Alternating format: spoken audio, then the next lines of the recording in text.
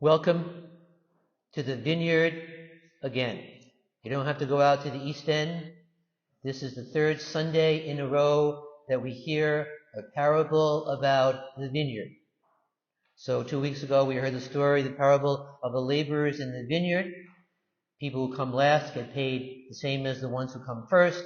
Last Sunday we heard the story of the parable of the two sons, one who says yes and doesn't go, the other who says no and goes. So the vineyard is, you might say, a metaphor for life. So imagine this perspective. Imagine that just before a soul begins his or her earthly journey, God takes the soul by the hand and points out a certain place on earth. This place, merit, your family, whatever it might be. And then God explains to the about to be conceived, this is going to be your place, your spot in the vineyard, in his vineyard. It will be yours to make of it whatever you can. All I ask is that you work the best you can to get the most out of the soil and the shoots that I will give to you. If you produce grapes that become the choice wine of reconciliation, of justice, great, wonderful. If you only have enough water and nutrients to produce a few grapes that make a small amount of the sherry of humility and kindness, good. That's good. If you only have enough time to plant a few seeds or start a few vines that others can bring to a full harvest, you've done well. But God cautions, just don't make the same mistake too many of my tenants have made before you. They get caught up in the number of grapes that they coax from the vines. My vineyard is about harvesting good grapes, not about amassing profits. Remember too, God goes on to say, that you're responsible for the part of the vineyard that I give to you. Don't exhaust the grapes you harvest for yourself alone, and then nothing's left behind but dried, tangled hollow of dead vines for the next grower or the next generation. I will demand a price for what you produce and what you squander. Keep in mind, God, the vineyard owner, continues, that everyone has his or her piece, her spot, his spot in the vineyard. Your part of the vineyard is joined to your neighbors so that you can do neither good nor evil in your vineyard without affecting the folks next to you and the vines around you. And finally, God says one more thing. And I don't mean to harp on this, God says, but it's my vineyard. My vineyard, not yours. You're the caretaker. You're entrusted with this stewardship of life. I'm giving you a piece of it because that's what being God is all about. And an occasional thank you would be nice. But the moment you think that this vineyard is yours, or that you deserve more or better, then your vineyard will become a very unhappy and unproductive place. So go to it. And then God breathed that soul into a human embryo, and another adventure begins. Today's parable of the so-called wicked tenants is played out in our own time and place. It's played out in our own time and place whenever an unjust business practice or a socially irresponsible decision or a morally indefensible act is called out, challenged, not only in the religious world, but also in the business world and in the environment. Too often, we as a human race, we as a social community, we can view this vineyard, this place, this spot God has given us as ours alone.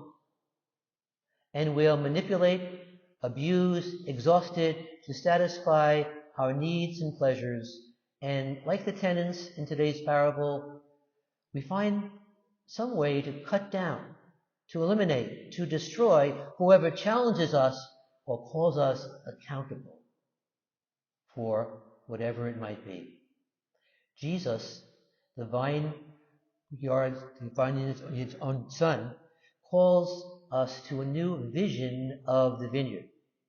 And the vision is we only lease from the Father.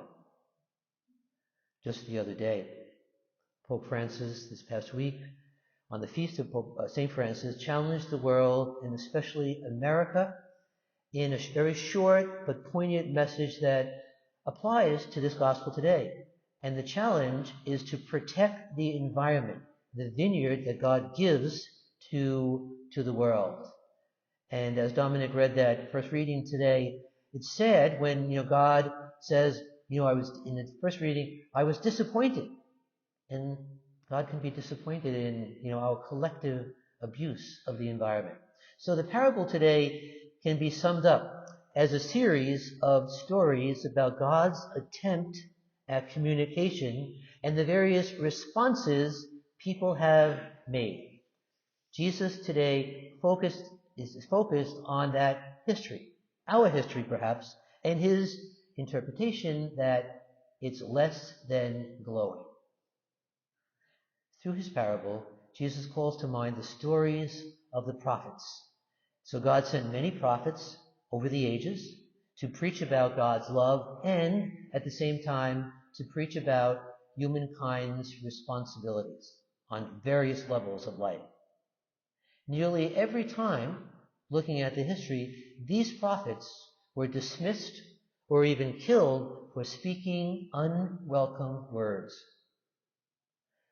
God then sent his very own son as the landowner in this story, with the hopes that maybe, just maybe, this time, the people would listen to him. So this story, this parable, is obviously applied to the life of all disciples.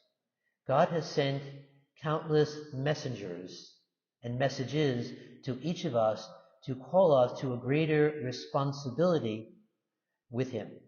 Sometimes, obviously, it's not easy to hear this message, either because God is sending a difficult message to us and for us, or because we just don't know truly how to listen well. Such listening requires great patience and requires practice. And we need to set a time aside to better hear that voice. And that's why we come back to church week after week to hear the voice of the Lord through the Scriptures and the celebration of the Eucharist. Hearing God's voice isn't an easy task, though, but it's one that our very presence here means that we want to do, we're striving to do. The good news is, as we learn from this parable, the bottom line, God is immensely patient with us, with you, with me, with humanity throughout the ages. God continues to speak to us each day, no matter how far we've drifted or how long it's been since we tried to listen again. So no matter what we do, God will continue to try to speak to us and will always give us a chance to return, to rebuild, to restart. And while God will always welcome us back, we must accept that welcome and act upon it by responding to God in a new way today. God speaks incessantly to us. Just last week we celebrated the feast of the archangels and the guardian angels. God's always sending messages to us in different ways. Today, again, we are here as we try to listen to the word and to act upon us because each of us has a spot and a place to play in God's vineyard that brings us here and sends us out into the world.